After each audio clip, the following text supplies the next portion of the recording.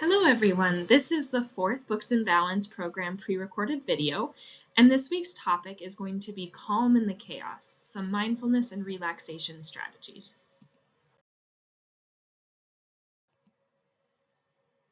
Today we're going to be answering the question of what is mindfulness, discuss the importance of mindfulness, some research just surrounding its use and kind of effectiveness with various populations, and we'll be directly exploring various mindfulness and relaxation techniques and strategies and how they look like and how you can kind of integrate them into your life. Now we're going to answer the question of what is mindfulness. Mindfulness really involves various practices that help promote increased focus on the present moment. And these practices really allow you to observe your emotions and thoughts by staying in that present moment without any sort of feelings of judgment. Jon Kabat-Zinn, he's considered sort of the founder of this concept of mindfulness. He's a professor at the University of Massachusetts Medical School, and he founded what was called a mindfulness-based stress reduction, or what's known as MBSR clinic, in 1979. And he has completed a significant amount of research surrounding mindfulness and its effectiveness in various populations. So he defined mindfulness as that awareness that emerges through paying attention on purpose in the present moment and non-judgmentally to the complete unfolding experience. So essentially, when you engage in these practices or these mindfulness techniques, you become more aware of your internal states, your thoughts, your feelings, those bodily sensations that you have, and just the overall surrounding environment around you too. And being aware that some of those thoughts and feelings, they might be negative, they might be kind of difficult, but really ensuring that you aren't judgmental to those feelings and accepting the fact that you are allowed to have these feelings and sit in those feelings as well.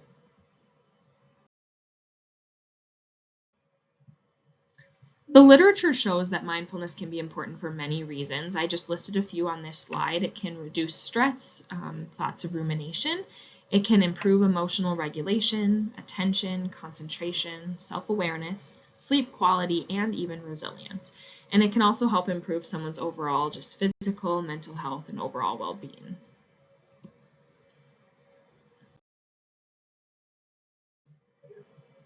So specifically looking at some studies on teachers in the literature, this first study on this slide was conducted in 2013, and the researchers implemented a mindfulness-based stress reduction program, or an MBSR program, on teachers, and they actually found significant reductions in psychological symptoms and burnout after the program.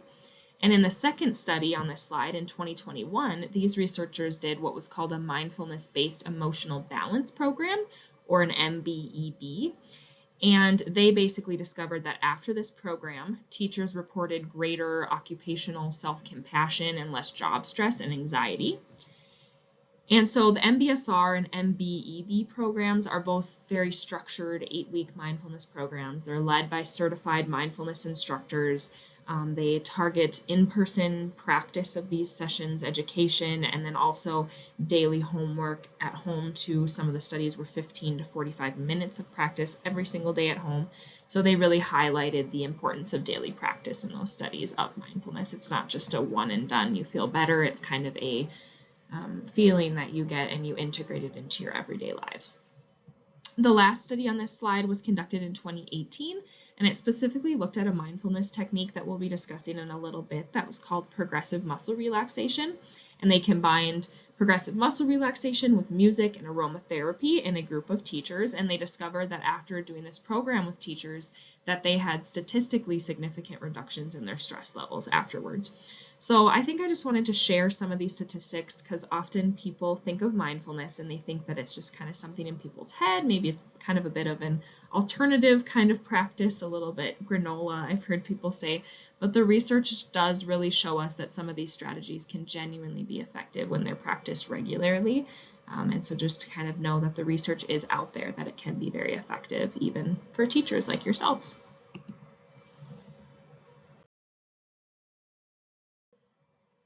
So now we're going to, in the following slides, just kind of go over very specific mindfulness techniques and how they kind of look. So the first strategy is a body scan. This technique involves noticing and observing sensations in your body and just kind of your overall physical state. So you scan your body for pain, tension, just overall sensations. How does my arms feel right now? How does this feel throughout your whole body? And you can listen to a guided video for this that kind of takes you systematically through the parts of your body, or you can just do it in your head as well, like throughout the day, just kind of paying attention to how different parts of your body feel. Progressive muscle relaxation involves systematically tensing up and then relaxing each muscle group in your body. So essentially you kind of pay attention to how it feels when those muscles are contracted, and then how it feels to release and how that release and relaxation feels in those muscles. And again, you can listen to a guided video taking you through those specific muscle groups. They tell you how to contract them, how to make them tight, and then when to release. Or again, you can do that in your head throughout the day. You can kind of pay attention. I'm going to do upper body right now, and I'm going to squeeze my fists together really hard, and I'm going to relax them. How does that feel when they're super contracted? Now I relax. It feels relaxed. So kind of paying attention to that. You can do either or.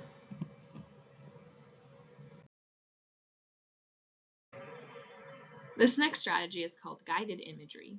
And this strategy really involves sitting down and you're imagining yourself in a very peaceful setting, like a beach, a cabin, maybe you're reading a cozy book. It's really whatever is peaceful to you, and you use that positive visualization to create a very relaxing mental environment to help soothe you and to help calm you down.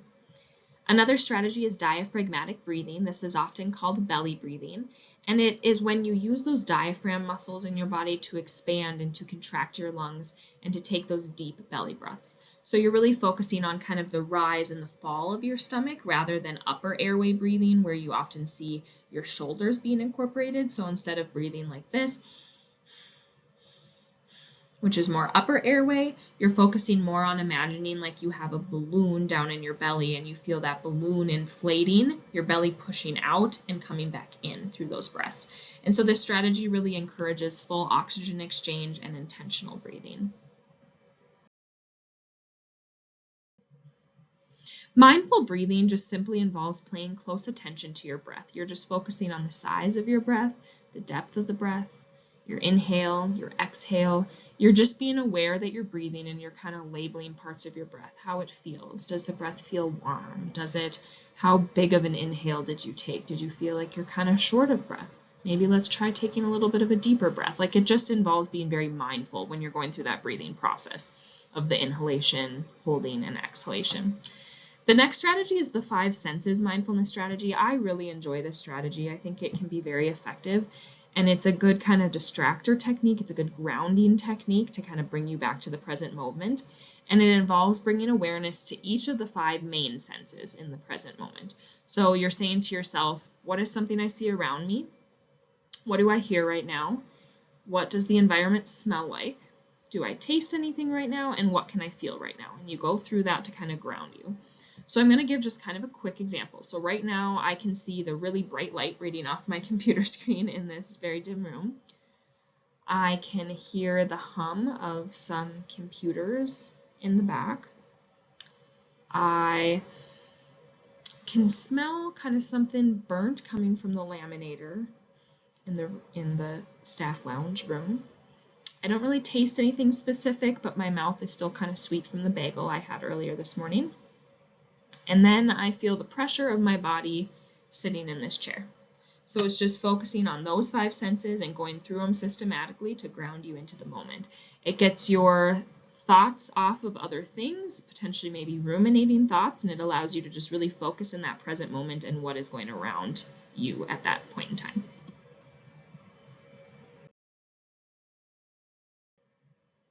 The next strategy is mountain meditation, and this actually comes from the Jon Kabat-Zinn, the founder of MBSR and some mindfulness strategies. And basically it involves you physically assuming kind of an upright, dignified posture, kind of like a mountain. You listen to this script that has you pay attention to how you feel. You imagine a mountain. You imagine your stability and strength as a mountain, so they make comparisons with that. They imagine kind of a relaxing visual scene of a mountain, and you kind of go through that entire script to help relax you and provide you with some mindfulness. And lastly, box breathing involves using a visual of a box to help control your inhale, your breath, your hold, your exhale.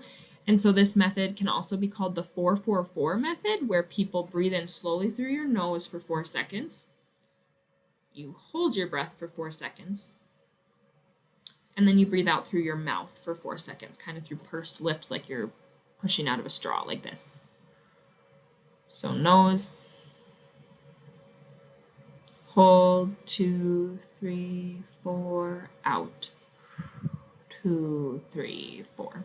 So that's kind of the box breathing method. It does have that visual too that you can kind of use your finger to trace as well, just to kind of give you that chance of breathe in, you hit a corner, hold breath, you hit the other corner, you release breath, corner, breathe in, hold, release, like you just kind of go through that box to kind of help provide you with that.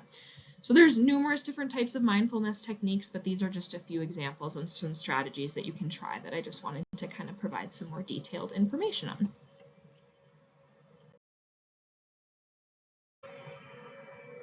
So this slide just helps provide that visual of that box for box breathing.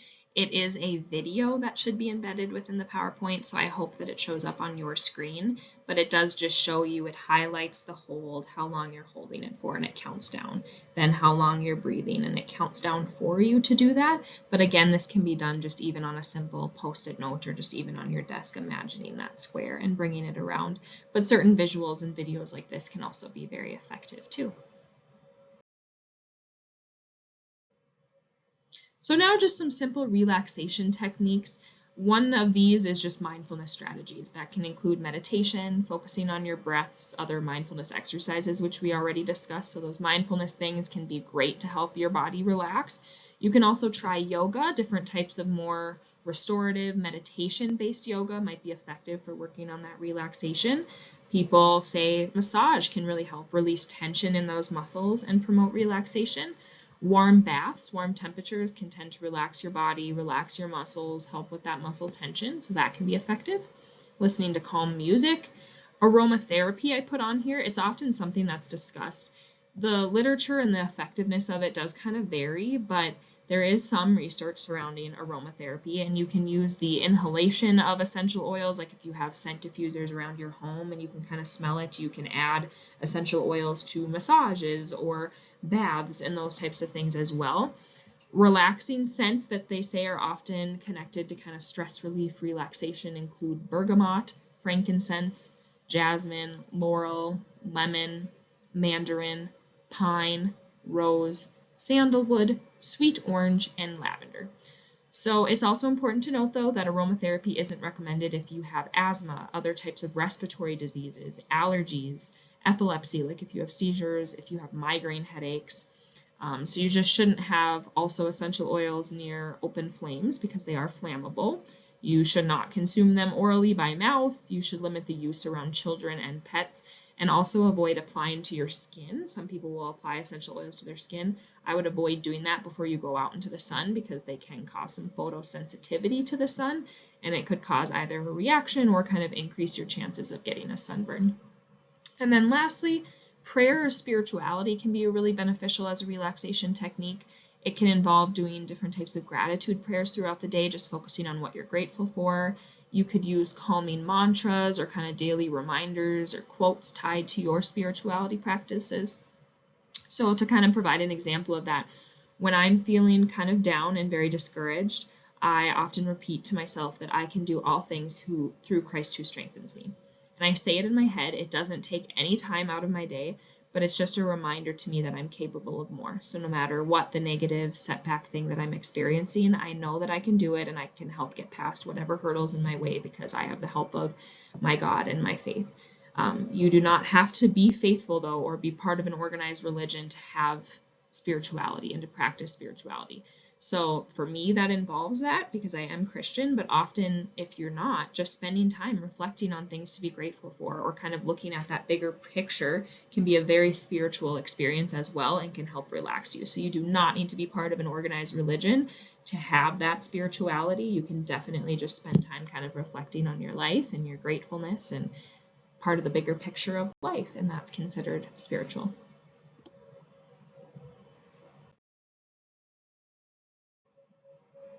So I've also accumulated some mindfulness resources for you all so you can begin kind of practicing your mindfulness journeys. So I found some mindfulness scripts from various sources online, and then I created the scripts on a poster, and I included a QR code at the bottom and a link that just leads you to a voice recording of me going through that exercise and reading that script for you.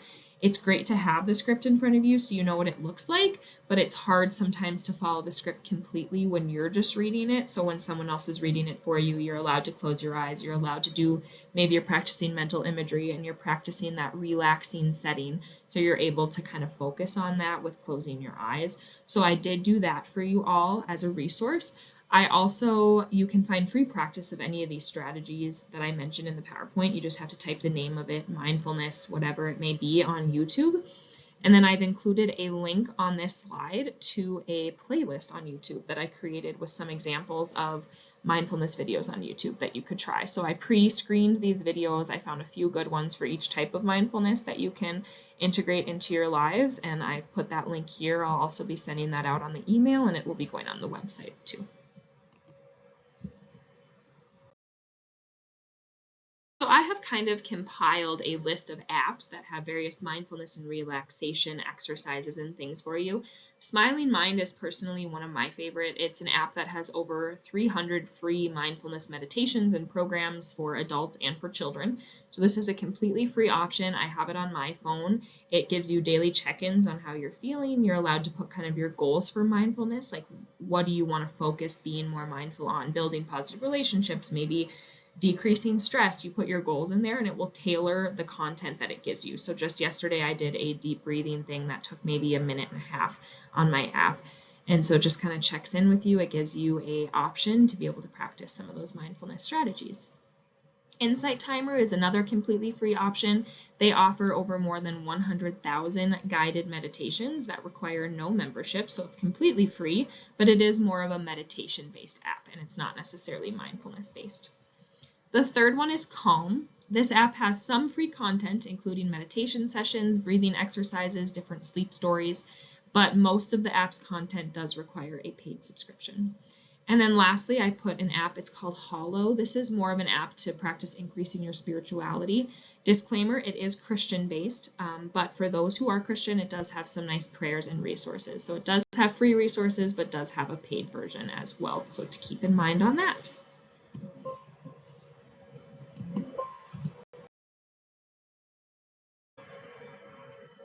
So this week, I want you all to practice some mindfulness exercises.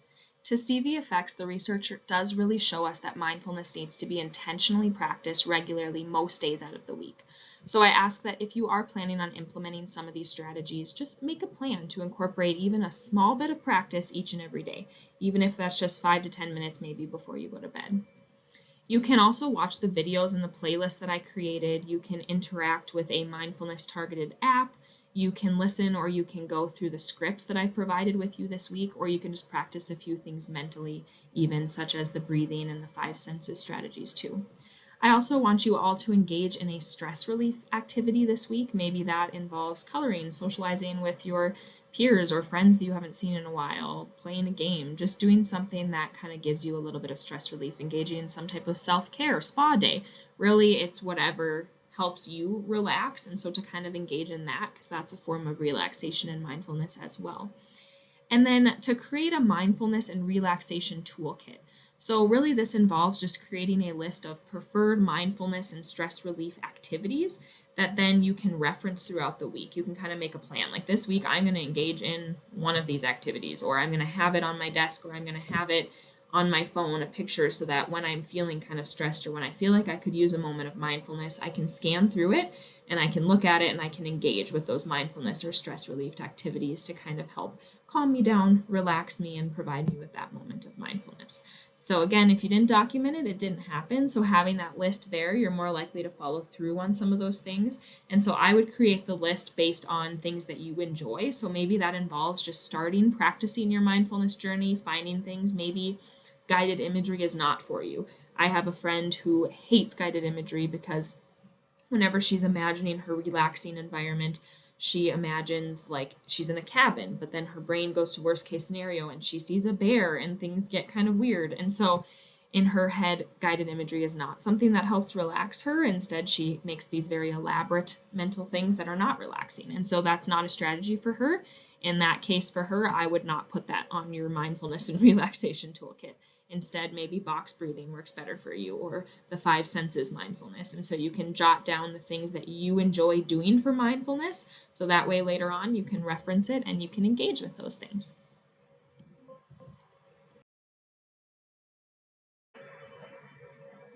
Here are the references that I used for this PowerPoint and for this week's materials and resources.